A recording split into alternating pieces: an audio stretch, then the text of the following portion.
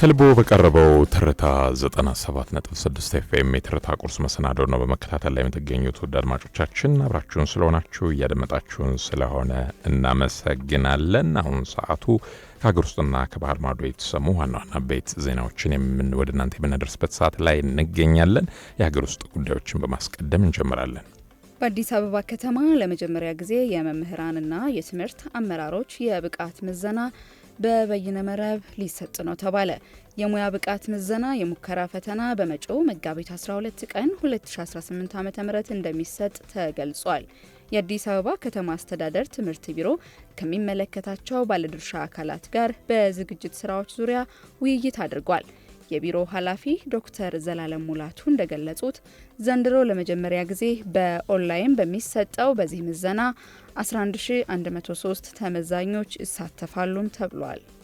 የዝግጅት ሂደቱን በተመለከተ ኃላፊው ሲያስረዱ የመጋቢት 12 የሙከራ ፈተና ተመዛኞች ከሲስተሙ ጋር እንዲላመዱ ታስቦ የተዘጋጀ መሆኑን አስታውሰው ዋናው ምዘና በመጋቢት 28 ቀን 2018 ዓ.ም እንደሚሰጥ አስታውቀዋል። ለዚህም እንዲረዳ የፈተና ጣቢያዎች፣ ኮምፒውተሮችና የኢንተርኔት መሰረተ ልማቶች ዝግጁ እንዲሆኑ አሳስበዋል።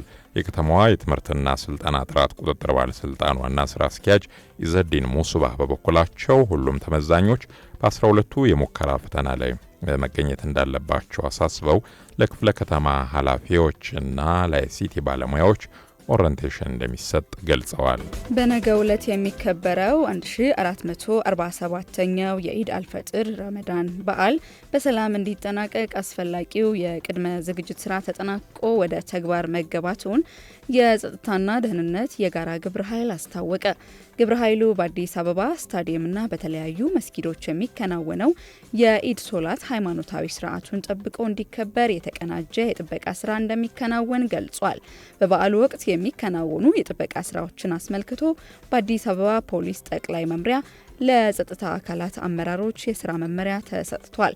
በወቅቱ ንግግር ያደረጉት የፌዴራል ፖሊስ ወንጀል መከላከል ጠቅላይ መምሪያ አዛዥ ምክትል ኮሚሽነር ጀነራል መላኩ ፋንታ የጸጥታ ኃይሉ ግዙፍ ኩነቶችን በሰላም የማጠናቀቅ ልምድ ያለው መሆኑን ጠቅሰው ይህ ተሞክሮ ተጠናክሮ መቀጠል እንዳለበትም አሳስበዋል። ምክትል ኮሚሽነር ጀነራሉ አያይዘውም በበዓል ሰሞን ሆን ብለው የሸቀጦችን ዋጋ በሚጨምሩና ነዳጅን በኮንትሮባንድ በሚያዘዋውሩ ግለሰቦች ላይ ጥብቅ እርምጃ እንደሚወሰድ አስጠንቅቀዋል።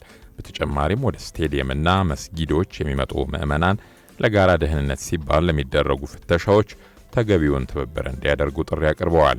ከበዓሉ አስተባባሪ ኮሚቴ ጋር ቅድመ ውይይት ተደርጎ አቅጣጫ መቀመጡ ተገልጿል። የአዲስ አበባ ፖሊስ ጠቅላይ መምሪያ አዛዥ ሌተናል ጄኔራል አስራት ዴኔሮ በበኩላቸው አዲስ አበባ ፍጹም ሰላማዊ መሆኗን ገልጸው የኢድ ሶላት ለከተማዋ ተጨማሪ ውበትና በረከት መሆኑን ተናግረዋል። የአዲስ አበባ ሰላምና ጸጥታ አስተዳደር ቢሮ ኃላፊ ሊዲያ ግርማ ደግሞ በሁሉም እርከን የሚገኘው የጸጥታ መዋቅርና ነዋሪው ተወያይቶ ወደ ስራ መግባቱን አረጋግጠዋል። ከውጭ ምንጮች ወዳገኘናቸው ዘገባዎች ስናልፍ በቅድሚያም አፍሪካዊ ጉዳይ እናስቀድማለን። የዓለም ባንክ ለሞዛምቢክ የ$6 ቢሊዮን የገንዘብ ድጋፍ ሊያደርግ ነው። ባንኩ በከፍተኛ የዕዳ ጫና ውስጥ ለምትገኘው ደቡብ አፍሪካዊቷ ሀገር ሞዛምቢክ በሚቀጥሉት 5 ዓመታት ውስጥ የሚለቀቅ የ$6 ቢሊዮን የገንዘብ ድጋፍ ለማድረግ ማቀዱን አስታውቋል።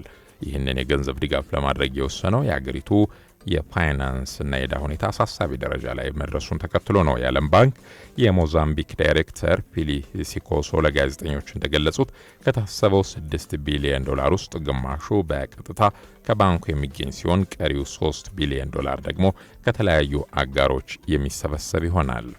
ይህ ድጋፍ በዋናነት ለልማት ስራዎች የሚከናወን እጅግ ዝቅተኛ ወለድ የሚታሰብበት እንደሆነ የተገለጸ ሲሆን አብዛኛው ክፍል ደግሞ በድጋፍ ወይም በነጻ ስጦታ መልክ የሚሰጥ ነው። ዓለም አቀፉ የገንዘብ ድርጅት IMF በቅርቡ ባወጣው ሪፖርት ሞዛምቢክ የዕዳ ክፍያዋን በወቅቱ ለመፈጸም እየተቸገረች መሆኑንና የሀገሪቱ የበጀት ጉድለት እየሰፋ መምጣቱን በማሳሰብ ጥብቅ የኢኮኖሚ ማሻሻያዎችን እንድታደርግ መክሯል።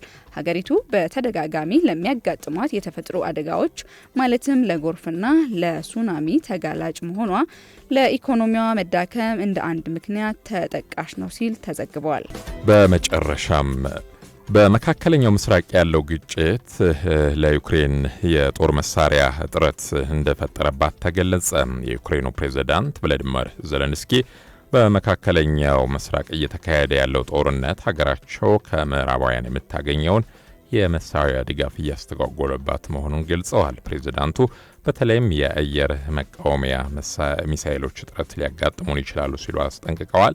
የዩክሬኑ ፕሬዝዳንት ቮሎዲሚር ዜሌንስኪ ለቢቢሲ በሰጡት ቃለ ምልልስ በመካከለኛው ምስራቅ የተቀሰቀሰው ጦርነት የአሜሪካንና የሌሎች ምዕራባውያን ሀገራት ትኩረት እንዲሁም የጦር መሳሪያ ክምችት ወደ መካከለኛው ምስራቅ እንዲያዞሩ ማድረጉን ገልጸዋል። እንደ ፕሬዝዳንቱ ገለጻ አሜሪካ በወር የምታመርተው የሚሳኤል መጠን ከ60 እስከ 65 ሲሆን በመካከለኛው ምስራቅ ባለው ግጭት ግን በአንድ ቀን ብቻ ከ800 በላይ ሚሳኤሎች ጥቅም ላይ ውለዋል። ይህም የዓለም አቀፍ የሚሳኤል ክምችት በፍጥነት እንዲመናመን እያደረገው ነው ብለዋል። በተለይም የዩክሬን የጀርባ አጥንት የሆነው የፓትሪየት የአየር መከላከያ ሚሳኤል እጥረት በእርግጥም ያጋጥመናል ሲሉ ስጋታቸውን መግለጻቸውን የተሰማው። ይህ ሁኔታ ዩክሬን ከሩሲያ የሚሰነዘርባት የሚሳኤል ጥቃት ያላትን የመከላከያ አቅም ሊያዳክም እንደሚችልም ተነግሯል።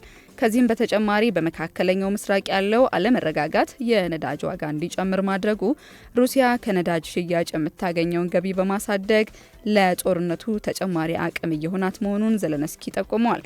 ፕሬዝዳንቱ አክለውም ይህ ግጭት በዩክሬን በሩሲያ መካከል ሊደረግ የታሰበውን የሰላም ንግግርም ወደ ኋላ እንዲገፋ ማድረጉን ገልጸዋል ሲል የዘገበው ቢቢሲ ነው።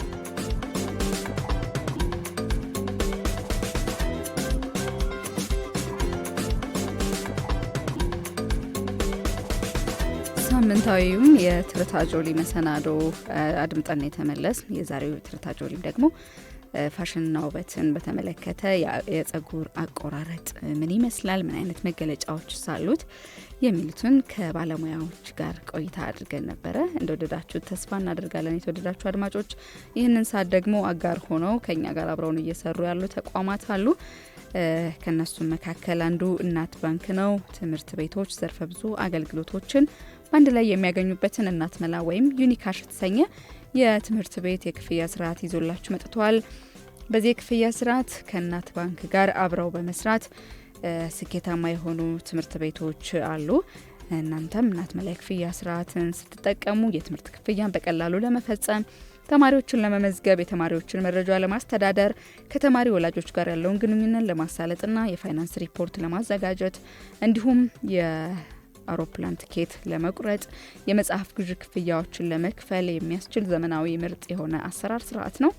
ዘርፈ ብዙ አገልግሎቶችን በሚያስገኘው የእናት መላይ ትምህርት ቤት የክፍያ ስርዓት ደንበኛ በመሆን አብረው እንዲሰሩ በኢትዮጵያ የሚገኙ ትምህርት ቤቶችን ሁሉ በታላቅ አክብሮት እንጋብዛለን ይላችኋል እናት ባንክ። ማን እንደ እናት ይህንን ሰዓት አጋር ሆኖ ከኛ ጋር አብሮን እየሰራ ስለሆነ እጅግ አድርገን እናመሰግናለን። ሌላኛው የዚህ ሰዓት አጋራችን ከራይድ ጋር ወደፊት የሚለው ራይድ ትራንስፖርት ነው። ራይድ ትራንስፖርት ከውጭ ሀገራት ወደ ሀገር ቤት የሚመጡ ወዳጅ ዘመዶን በአካል ለመቀበል ጊዜ ቢያጥሮ ታማኙ የጉዞ አማራጮ ራይድ ትራንስፖርት እንክብካቤ ሳያጓደል ደህንነታቸው እንደተጠበቀ በአይነት ስጋ ያገናኘዎታል ይላል። ራይድ ትራንስፖርትም የዚህ ሰዓት አጋራችን ነው።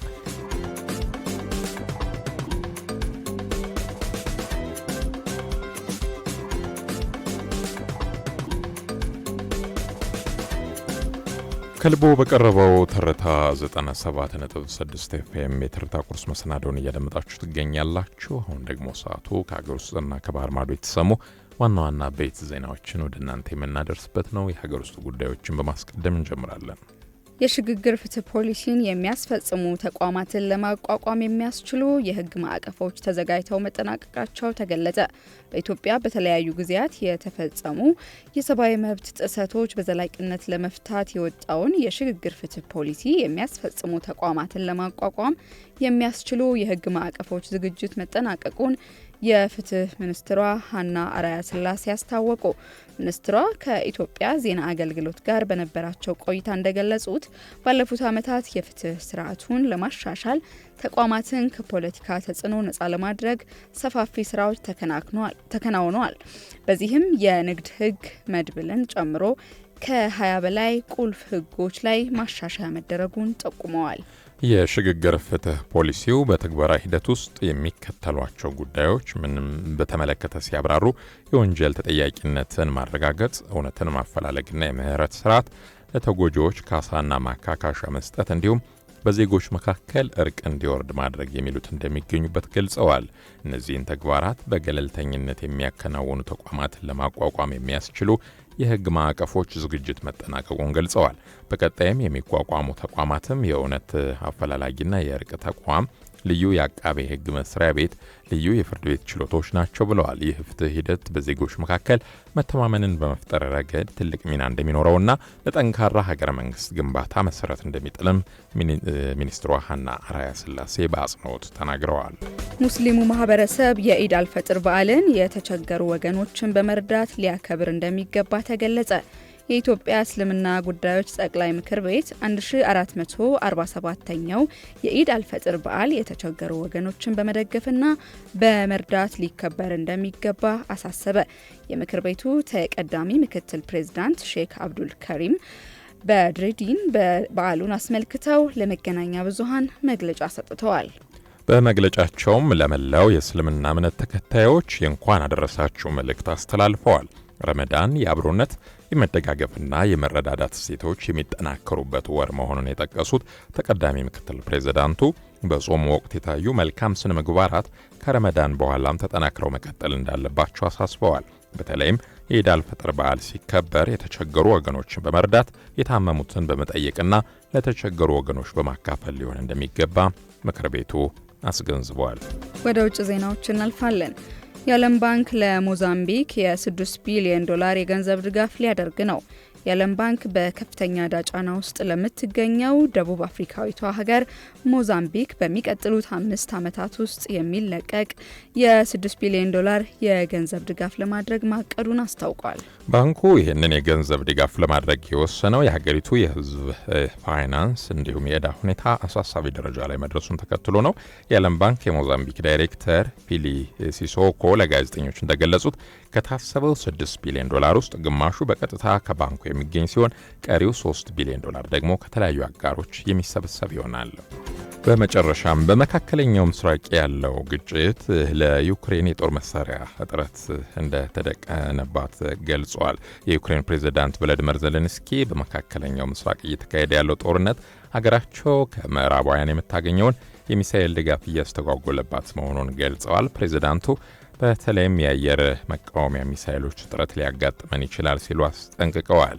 የዩክሬኑ ፕሬዝዳንት ቮሎዲሚር ዜሌንስኪ ለቢቢሲ በሰጡት ቃለ ምልልስ በመካከለኛው ምስራቅ የተቀሰቀሰው ጦርነት የአሜሪካንና የሌሎች ምዕራባውያን ሀገራት ትኩረትና የጦር መሳሪያ ክምችት ወደ ጦርነቱ እንዲዞር ማድረጉን ገልጸዋል። ይህ ሁኔታ ዩክሬን ከሩሲያ ለሚሰነዘርባት የሚሳኤል ጥቃት ያላትን የመከላከል አቅም ሊያዳክም እንደሚችልም ተነግረዋል።